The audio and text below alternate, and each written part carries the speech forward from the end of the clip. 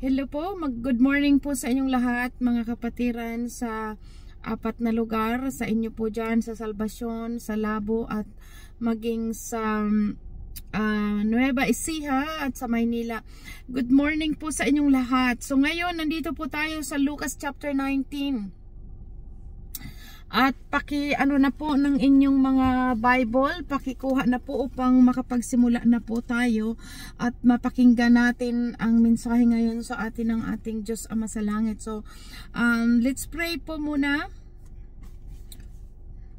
Kung handa na po ang lahat, tayo po ay manalangin muna at humingi tayo ng patnubay at gabay sa ating Diyos Ama na mabuksan ang mga kaisipan natin at maunawaan natin ang kanyang mga sinasabi sa oras na ito. Amen. Let's pray. Hallelujah. Dakilang Diyos Ama, makapangyarihan sa lahat. Minsan na naman muli kami nandito upang makinig ng iyong mga salita na kung saan nagdudulot ito sa amin, sa aming buhay, O Diyos, ng pagtuturo, kung paano makasunod sa kalooban mo, O Lord, at naglalayo sa amin sa magawa ng sanlibutan. At Ama, ito rin po ay nagdudulot sa amin, O Diyos, ng pagsunod sa kalooban mo. Kaya salamat po, O Diyos, nandito ang aming mga puso, ang aming isipan, isinusurrender po namin sa iyo at malaya ka pong ipaunawa sa amin ang lahat ng ito. At salamat sa kapangyarihan mo sa ngalan ng Panginoong Hesus Kristo. Amen. So, chapter 19, 19 ng Lucas. Ang sabi po dito, hawakan niyo po ang inyong mga Biblia. Ang sabi po dito, nakilala ni Zaccheo si Jesus. Verse 1, pumasok si Jesus sa Jericho at naglakad sa kabayanan. May isang tao roong ang pangalan ay Zaccheo, isang pinuno ng mga maniningil ng buwis, at siya'y mayaman. Alam po natin na ang mga natutukoy dito sa na mga maniningil ng buwis ay naituring silang mga makasalanan dahil nga po sa kadalasan yung mga pandaraya sa paniningil ng buwis. At ito po yun si Zaccheo, ganito po ang kanyang buhay. Siya po ay maniningil ng buwis at siya ay mayaman. Verse 3, sinikap niyang makita si Jesus upang makilala kung ano ito. Ngunit sa dami ng tao, hindi niya ito makita dahil siya'y pandak. Kaya't patakbo siyang nauna sa daanan ni Jesus at umakyat sa isang puno ng sikamoro.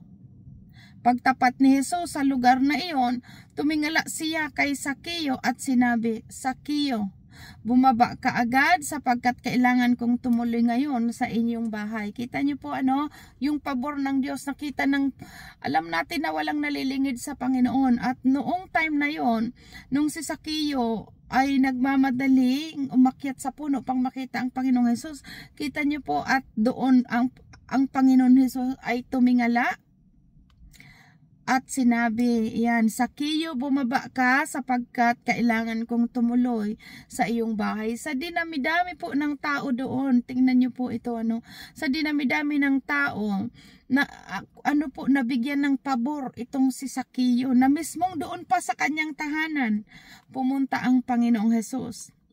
Verse 6, Nagmamadaling bumaba si Zaccheo at tuwang-tuwang tinanggap si Jesus sa kanyang bahay. Lahat ng nakakakita nito ay nagbulong-bulungan. Nakikituloy siya sa isang makasalanan, sabi nila. Tumayo si Zaccheo at sinabi niya kay Jesus, Panginoon, ipamimigay ko po sa mahihirap ang kalahati ng aking mga kayamanan. At kung ako'y may nadaya sino man, isasauli ko ito sa kanya ng makaapat na beses. At tingnan niyo po dito, yung naging dito ni Zaccheo. Immediately po siya nagpakumbaba at inamin ang kanyang mga pagkakasala, At ang sabi pa dito, kung meron man daw siyang nadaya, isasauli niya ito ng makaapat na beses. So, ibig sabihin, Dito po na-convict na ang puso ni Sakeo ng kanyang pagkakasala at ito po ay ihiningi niya ng kapakumbabaan sa Panginoong Hesus. At dito natin po nakikita talagang ang puso, ang ating Panginoon, ang hinahanap niya ay ang pusong nagpapakumbaba, na inaamin na sila ay nagkasala, inamin nagkasala at humihingi ng kapakumbabaan, nagpapakumbaba sa Panginoon. At ito po ang ni Sakeo. Kaya nga yung mga tao na nagmamasi dahil alam na si Sakeo ay isang maniningil ng buwis, isang taong mandaraya, nagbulong-bulungan, bakit nakisama doon ang Panginoong Hesus? Pero ito po ang pinatunayan sa atin ng Panginoong Hesus. Hinahanap niya ang taong pusong nagpapakumbaba. Malinaw sa chapter 18 na ang tinutukoy ng Panginoong Hesus, naparito siya upang hanapin ang mga makasalanan. Naparito siya upang hanapin ang mga nawawala. Ibig sabihin, yung mga makasalanang nagpapakumbaba, yung mga taong naandoon talaga ang pag-amin na sila ay nagkasala. So ito po yun. Kasi maraming tao sa mundo, maraming mga makasalanan, pero hindi lahat nagpapakumbaba. Hindi lahat umaamin na sila ay makasalanan.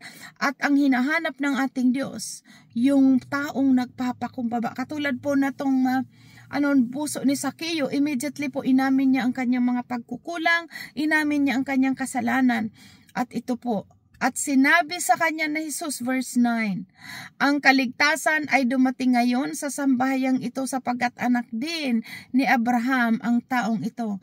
Ang anak ng tao ay naparito upang hanapin at iligtas ang naligaw. So ito po yun. So at dito mismo immediately tinanggap ng sambahayan ni Sakeo ang kaligtasan ayon dito sa kanyang sinabi. Ang kaligtasan ay dumating ngayon sa sambahayang ito. Ayan, purihin po ang Diyos at alam po natin maging sa ating pamilya ang pangako ng Diyos, isa man sa sambahayan ang manampalataya, ang buong sambahayan ay maliligtas. Ayan.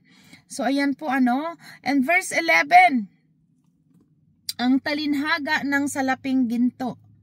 Habang ang mga tao ay nakikinig, nagpatuloy si Jesus sa pagsasalita at isinalaysay niya sa kanila ang isang talinhaga.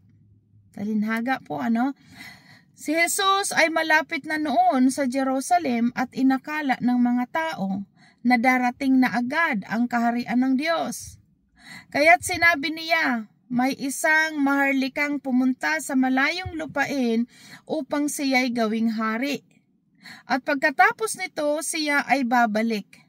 Subalit bago siya umalis, tinawag niya ang 10 kanyang mga alipin at binigyan ng mga ito ng tig-1 gintong salapi. Sinabi niya sa kanila, ipangalakal ninyo iyan hanggang sa aking pagbabalik. Ngunit galit sa kanya ang kanyang mga nasasakupan kaya't nagsugo sila ng kinakatawan upang sabihin sa kinakaukulan, ayaw naming maghari sa amin ang taong iyan. Gayunman ay ginawa rin siyang hari.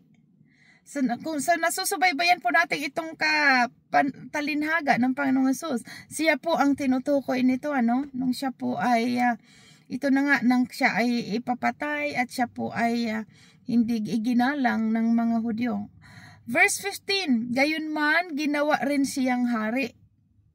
Kasi nga po doon nung ipinako na siya sa cross, kung maalala po ninyo na ginawa siya ng ang hari ng mga yung sa mga Hudyo yung inilagay ng sa kanyang koronang tinik at ito po yon.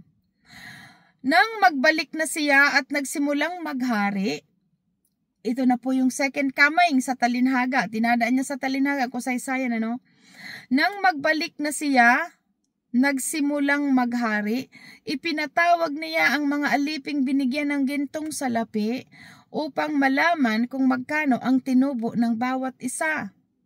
Lumapit sa kanya ang una at ganito ang sinabi, Panginoon, ang 1 gintong salaping ibinigay ninyo ay tumubo ng 10. Magaling, sagot niya, mabuting alipin. Dahil naging tapat ka sa kakaunting ipinagkatiwala sa iyo, pamamahalain kita sa 10 lungsod. Lumapit naman ang ikalawa at ang sabi, Panginoon, ang gintong salaping iniwan ninyo sa akin ay tumubo ng 5 at sabi niya sa alipin, mamahala ka sa 5 lungsod. Lumapit ang isa pang alipin naman at ang sinabi ang sinabi ng Panginoon, narito po ang gintong salapi, binalot ko ito sa panyo at itinago. Natakot po ako sa inyo dahil kayo'y napakahigpit. Kinukuha ninyo ang hindi sa inyo at inaani ang hindi ninyo itinanim. Sinagot siya ng hari, masamang alipin, sa salita mong iyan ay hahatulan kita. Alam mo palang ako'y mahigpit at sinabi mo pang kinukuha ko ang hindi sa aking inani at inaani ko ang hindi ko tinanim. Bakit hindi mo na lamang idiniposito sa bangko ang aking salapi? May tinubo sana iyan bago ako dumating. At sinabi niya sa naroon, kunin ninyo sa kanya ang gintong salapi at ibigay sa may 10. Panginoon, siya po'y mayroon ng 10 ginto, sabi niya. Sinabi ko sa inyo, ang mayroon ay bibigyan pa, ngunit ang wala, kahit ang kaunting nasa kanya ay kukunin pa. Tungkol naman sa mga kaaway, kung ayaw na ako'y maghari sa kanila, dalhin niyo sila rito at patayin sa harap ko. Ito po, tungkol ito sa mga katiwala, na binigyan, mayroong binigyan ng 10, may binigyan ng 5, at mayroong binigyan 1. Ngayon, pinapaunawa sa atin ng Panginoon, may kanya-kanya tayong kakayahan, at napakalinaw, hindi ka bibigyan ng bagay na hindi mo kakayahin. So ito po patungkol dito sa ibinigay ng Panginoon sa bawat sa bawat itong alipin nang umalis siya, at pagbalik niya, tiningnan kung magkano ang kinita ng kanyang iniwan sa kanilang mga gintong pilak. At dito po nakita natin yung meron, anong sabi doon, ginawa niya po, nagtubo pa. Hanggang yung pangalawa. Pero yung kaunti, wala siyang ginawa. Wala siyang ginawa at ito ay kanya pang ibinaon sa lupa. Kaya sabi ng Panginoon, sana diniposit mo sa bangko at sana ito ay tumubo pa. Anong ibig sabihin po nito? Ito nga ay isang talinhaga. Tayong lahat ay binigyan ng kakayahan ng Panginoon. Anong iniutos po sa atin? Unang-una, na talagang ipangaral ang salita ng Diyos. At sa kanyang pagbabalik malinaw po titingnan niya kung ano ang ating mga ginawa. Nag-share ang kanyang salita sa iyong kapitbahay, sa iyong kapamilya, sa lahat ng kakilala, katrabaho man. Kailangan pong makita sa atin o ma-share sa kanila ang patungkol sa kanya. Yun po At dito, nabanggit dito ng Panginoon, maging ang tungkol po sa tungkol dito sa sinasabi dito, sapagkat ang meron ay bibigyan pa at ang wala ay kukunin pa ito sa kanya. Kasi napakalinaw po, unang-una, dito po sa ating mga pag-aaral, habang tayo po ay patuloy nagsusuyod at patuloy nagbabasa ng salita ng Diyos, lalong nadadagdagan ang ating karunungan. Yung kaunti natin noon na karunungan patungkol sa salita ng Diyos, ito po ay nadadagdagan. Kaya nga, sabi dito, ang meron ay bibigyan pa at ang kakaunting nasa kanya, yung wala, yung kaunti, yung kakaunting nasa kanya ay kukunin pa. Napansin po ninyo, ang taong walang alam sa salita ng Diyos, kakaunti, sabi na natin, katulad ng sabi nito, kakaunti, dahil hindi niya pinagyaman ang salita ng Diyos, dahil hindi niya ito pinagyaman, unti-unti po itong nawawala sa kanyang isipan. Pero ang taong meron na may kaalaman na at patuloy nag-aaral, nagiging dalubhasa sa karunungan ng salita ng Diyos, lalong nadadagdagan ang kanyang kaunawaan, lalo pong nakikilala niya itong Diyos. So ito po, maraming maanuhan po natin dito sa tinutukoy ng Panginoong Hesus. Maging ito man sa ating ito. Balik tayo sa kabuhayan o sa salapi, katulad na banggit dito, sa mga finances, Malinaw, sabi ng Panginoon, ang mapagkakatiwalaan sa malaking bagay ay ang mapagkakatiwalaan pala sa maliit na bagay ay mapagkakatiwalaan sa malaking bagay. Subalit ang hindi mapagkatiwalaan sa maliit ay hindi rin mapagkakatiwalaan sa malaking bagay. So pinapaunawa sa atin po dito ng Panginoon, anumang ibinigay sa atin ng Diyos, gaano man ito kaliit, kung ito po ay ating pinapahalagan at pinagyayaman, lumalaki po ito. Or anumang bagay na ibinigay sa atin ng Diyos na nakikita niyang tayo pwedeng mapagkatiwalaan, lalo po itong pinapalago ng Panginoon. Amen? So kaya nga dito naturuan tayo sa lahat ng aspeto ng ating buhay. Maging sa pananampalataya, maging sa karunungan ng salita ng Diyos, pagdating din sa salapi. Tinuturuan tayo sa lahat ng aspeto ng ating buhay po. At ito yung talinhagang ito, napakahalaga po sa atin. Dahil katulad nga ng nabanggit natin dito tungkol sa ang hindi, sapagkat ang meron ay bibigyan pa at ang wala, ito ay kukunin pa sa kanya.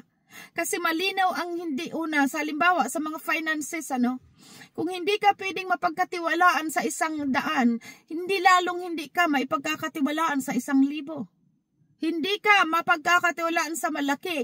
Dahil kung yung mga maliit na salapi, hindi mo nahahawakan o nahihandle ng maayos, paano pa kung ito ay lumaki?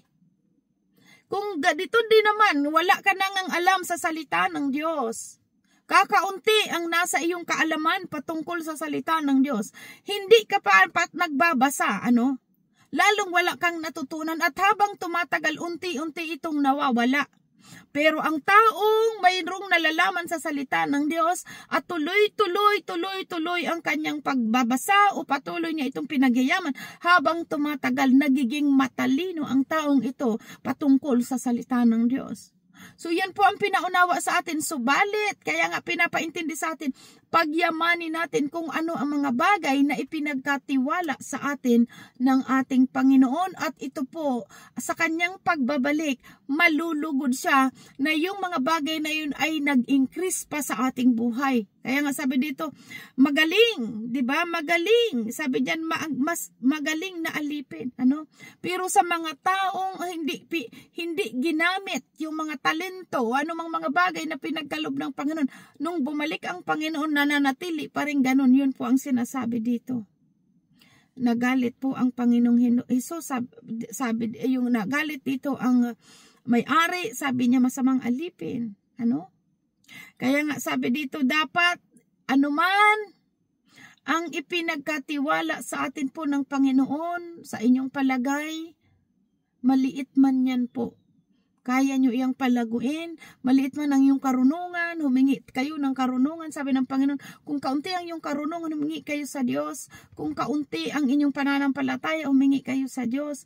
At ito nga po, maging sa salapi, maging sa paghandle po ng pera. Kung hindi marunong maghandle ng pera ang sino man, humingi ng karunungan sa Diyos. Hindi po ibig sabihin na kuripot, kasi hindi maganda rin ang kuripot.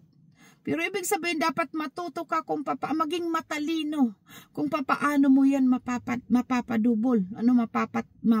Madadagdagan. So ito po, napakagandang aral po ito sa atin. Dahil sa lahat ng aspeto ng ating buhay, tinuturoan tayo ditong lumago. Verse 28, ang matagumpay na pagpasok sa Jerusalem. Pagkasabi nito, nauna si Jesus papuntang Jerusalem. Nang malapit na siya sa Bethphage, sa Bethania, sa bundok ng mga Olibo, isinugo niya ang 2 sa kanyang mga alagad. Sinabi niya sa kanila, pumunta kayo sa susunod na nayon. Sa pagpasok doon, matatagpuan ninyo ang isang batang asno na nakatali, hindi pa iyan nasasakyan ni numan. Kalagan ninyo at dalhin dito. Kapag may nagtanong kung bakit ninyo kinalagan, sabihin ninyo ang kailangan iyon ng Panginoon. Lumakad nga ang mga inutusan at nagtagpuan nila ang asno ayon sa sinabi ni Jesus. Habang kinakalagan nila ang batang asno, tinanong sila ng mga may-ari, bakit no kinakalagan? Iyan, kailangan po ito ng aking Panginoon. Kita niyo po, malinaw sa taong inuutusan ng Diyos, may instruction ng Diyos. Amen?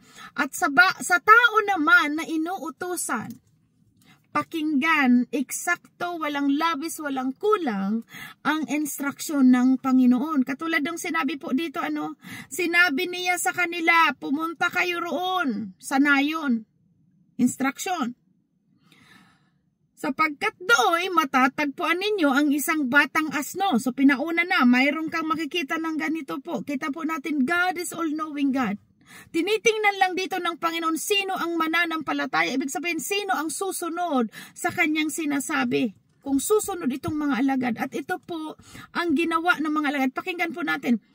Sa pagpasok doon, matatagpuan ninyo ang isang batang asno na nakatali. Hindi pa iyan nasasakyan hinuman. So alam na alam ng Panginoong Hesus.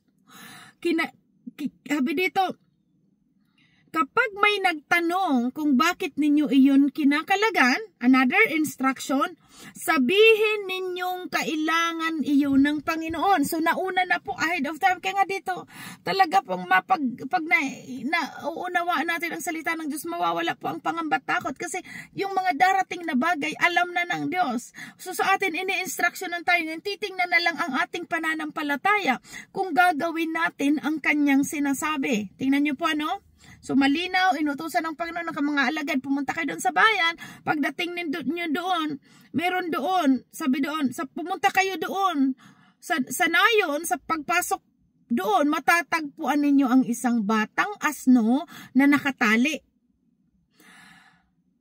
Hindi pa iyon nasasakyan ninuman. Kalagan ninyo at dalhin dito.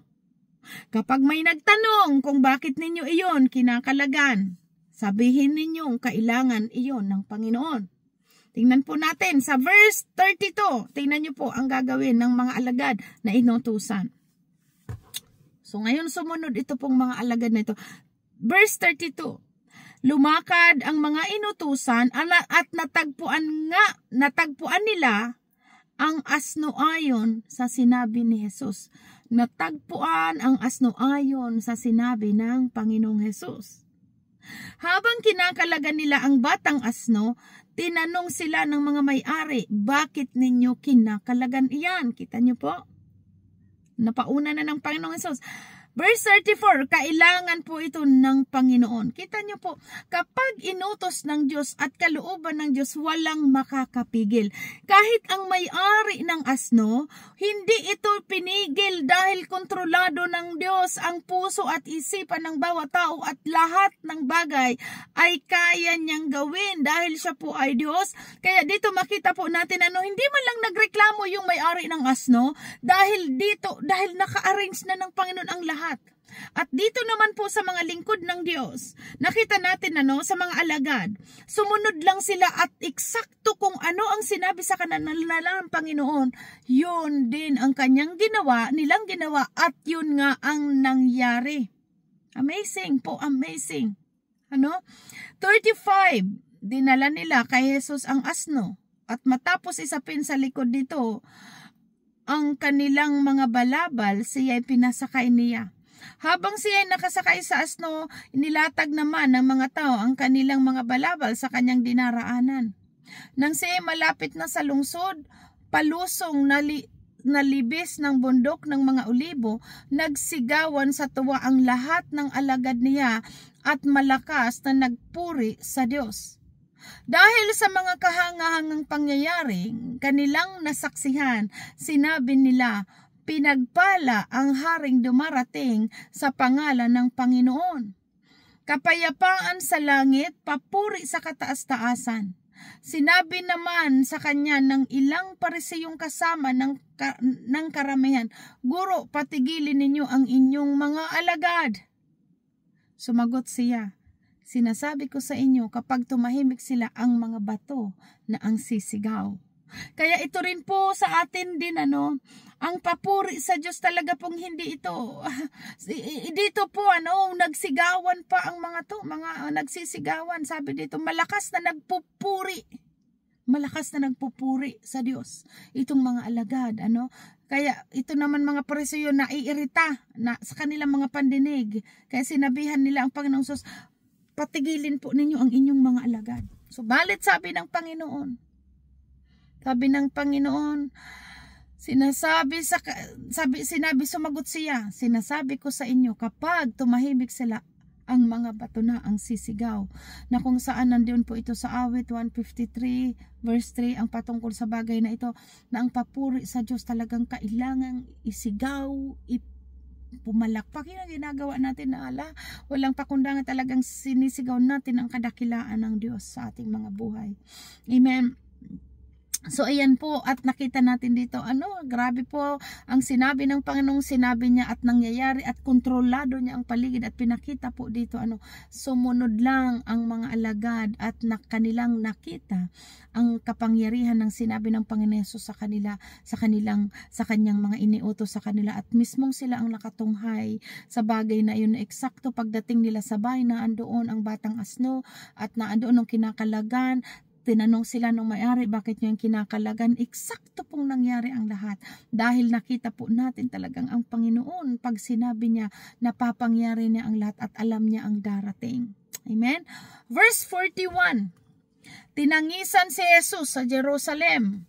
Nang malapit na siya sa Jerusalem at natanaw na niya ang lungsod, ito'y kanyang tinangisan. Sinabi niya, kung nalalaman mo lamang sa araw na ito kung ano ang makakadulot sa iyo ng kapayapaan, ngunit ito'y lingid ngayon sa iyong paningin. Darating ang mga araw na magkakampo sa paligid mo ang iyong mga kaaway. Palilibutan kanila at gigipitin sa kabi-kabila. Wawasakin kanila at lilipunin ang lahat ng iyong mamamayan. Wala silang iiwan ng magkapatong na bato, sapagkat hindi mo pinansin ang pagdalaw sa iyo ng Diyos. Ito po yung tinangisan ng Panginoon ang Jerusalem. Kasi kung titingnan po natin itong mga Israelita na ito, mga Hudyo na ito, sila ang pinili ng Diyos sa lahat ng bansa. Ito ang pinili ng Diyos na makakilala, unang makakilala sa katapatan ng Diyos, yung pinili na talagang sila ang makakilala patungkol sa Kanya. Pero ito po ang tumanggi sa Panginoong Hesus, ang mga Hudyo. Pero sa ngayon marami na rin pong nakakilala sa Panginoong Hesus. Pero kita niyo po itong mga parisyong ito, hindi siya pinakinggan. Kaya dito tinangisan ng Panginoon ang bansang ito. At ito po ang sinabi niya dito, lulusubin ito ng maraming mga bansa na kalaban dahil hindi niya pinakinggan ang kanyang, sabi dito, darating ang mga araw na magkakampo sa paligid mo ang iyong mga kaaway, palilibutan kanila at gigipitin kabi-kabila. Kita niyo po, wawasakin kanila at lilipunin sa lahat ng at ang lahat ng iyong mamamayan. Wala silang iiwan ng magkapatong na bato, sapagkat hindi mo pinansin ang pagdalaw sa ng Diyos. So yan po, wawasakin kaya nga itong maging sa pagigirang ito ng in between Israel at saka Ukraine, di ba? Ukraine ba? O Russia? Ano ba yung kasalukuyang naggigera ngayon na hindi pa nga natatapos? Makita po natin ito, talagang tapat at totoo ang sinasabi ng Panginoon. Kaya nang makita niya po ito, tinangisan niya ito dahil hindi siya pinansin itong mga Hudyo, mga tagapagturo ng kautusan. At siya po ay kanilang ipinapako pa sa krus. Dito na sa 45, si Jesus sa templo. Pumasok si Jesus sa templo at sinimulang ipagtabuyan ang mga nagtitinda roon. Sinabi niya sa kanila, nasusulat, ang aking bahay ay tatawaging bahay dalanginan, ngunit ginagawa ninyo itong lungga ng mga magnanakaw. Araw-araw si Jesus ay nagtuturo sa loob ng templo. Pinagsikapan siyang ipapatay ng mga punong pari, mga tagapagturo ng kautusan at mga pinuno ng bayan. Imagine niyo po ito Subalit wala silang makitang paraan upang maisagawa ito dahil taimtim na nakikinig sa kanya ang buong bayan. Kita niyo po, nagalit ang Panginoong Hesus din nung pumasok siya sa templo kasi ginagawa.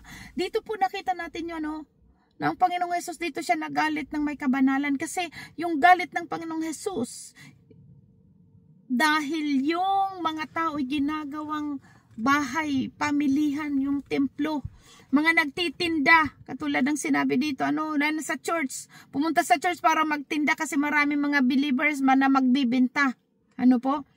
Kumbaga sabi dito, nasusulat, ang aking bahay ay tatawaging bahay dalanginan. Ngunit ginawa na itong lungga ng mga magnanakaw, kasi naando na po yung mga nagpapalitan ng pera, yung mga papapalit ng salapi. Mayroon man nagtitinda ng kalapate. Hala, ginawang tindahan yung church kasi yun, at maging ngayon ginagawang tindahan. Maraming mga nag-aalok na kung ano-anong mga offer na mga sa church, at si pastor pa ang nilapitan, at si pastor naman ayan, isinishare niya sa mga miyembro at kumuha ng mga produkto, mga magagay, inaalok sa kanila. Yun po, dito po nagalit ang Panginoong Hesus. Yung ang simbahan ay simbahan para panalanginan at hindi gawing negosyuhan. Sabi dito, araw-araw si Jesus ay nagturo sa templo. Kita nyo po, araw-araw nagturo sa templo, pinagsikapan siyang ipapatay ng mga punong pari, mga tagapagturo ng kautusan at mga pinuno ng bayan. Nagkaisa, lalo itong mga paring ito, mga punong bayan, mga tagapagturo ng kautusan, nagkaisa sila dahil nakita po natin ang dahilan kung bakit sila nainis o nagalit at pinapatay ang Panginoong Hesus, dahil sa inggit. Nainggit sila dahil maraming nakikinig sa Panginoong Hesus at ang sinasabi ng Panginoong Hesus ay may kapangyarihan at hindi nila kayang salungatin ang karunungan ng Panginoon. Palibhasa, alam natin ng Panginoong Hesus ay siya ang salita ng Diyos, So ngayon, itong mga tagapagturo ng kautusan, hindi nila ito matanggap na ganun ang karunungan ng Panginoong Hesus. Umiral sa kanila ang inggit. Kaya ito po, yun, naghanap sila ng dahilan kung papaano ipapapatay ang Panginoong Hesus. Hallelujah. Purihin po ang Diyos. At dito po tayo ngayon magtatapos.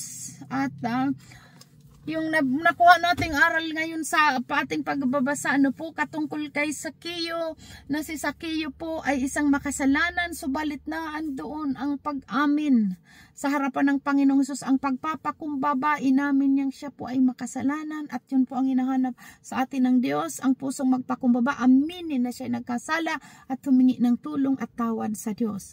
At ang isa pa patungkol naman doon sa anumang mga pinagkatiwala po sa atin, anuman maliit man ito, may kanya-kanya tayong kapasidad, may kanya-kanya tayong kakayahan, anuman ang pinagkatiwala sa atin po, pagyamanin po natin ito, i-improve natin, mag-ito man ay sa karunungan, mag-ito man sa paghawak ng salapi o sa mga aspeto ng ating buhay, pagyamanin natin ang bagay na ito. Amen? So, dahil ang meron ay bibigyan pa, at ang wala at ang kakaunti, kukunin pa sa kanya, maging yung kakaunti niya. So, amen. So, ito, po sa atin, napakalaking aral, gandang aral sa atin, na talagang marunong matuto tayong magpahalaga sa bagay na ipinagkatiwala sa atin ng Panginoon. Ang mapagkakatiwalaan sa maliit na bagay ay mapagkakatiwalaan sa malaking bagay. So, purihin ang Diyos. God bless everyone. Hanggang sa linggong muli, sa sunod pong linggo, pagpalain tayo ng Panginoon sa lahat ng ating mga ginagawa. And again, continuous magbasa ng salita ng Diyos. May mga Biblia po kayo araw-araw, chapter by chapter, at yung sinong gustong sumali sa grupo, ayan po, available morning 7 o'clock at sa panggabi 7 o'clock. Amen. So, God bless. Hallelujah. Salamat po, Ama, sa mensahe mo sa amin sa oras na ito. At pinupuri ka namin sa lahat ng mga ginagawa mo sa amin. Consistent mo pong pag-alalay, pagtuturo sa amin na makasunod sa kalooban mo sa pamamagitan ng pagbasa namin sa salitang ito. Kaya pinupuri ka namin, Ama, igawad niyo po sa aming lahat, O God, ang mga pagpapala, mga biyaya mo sa amin, at ang lahat ng ito pinasasalamat namin sa iyo sa ngalan ng Panginoong Hesukristo. Amen. Amen. So God bless everybody. Hanggang sa sunod po. Bye.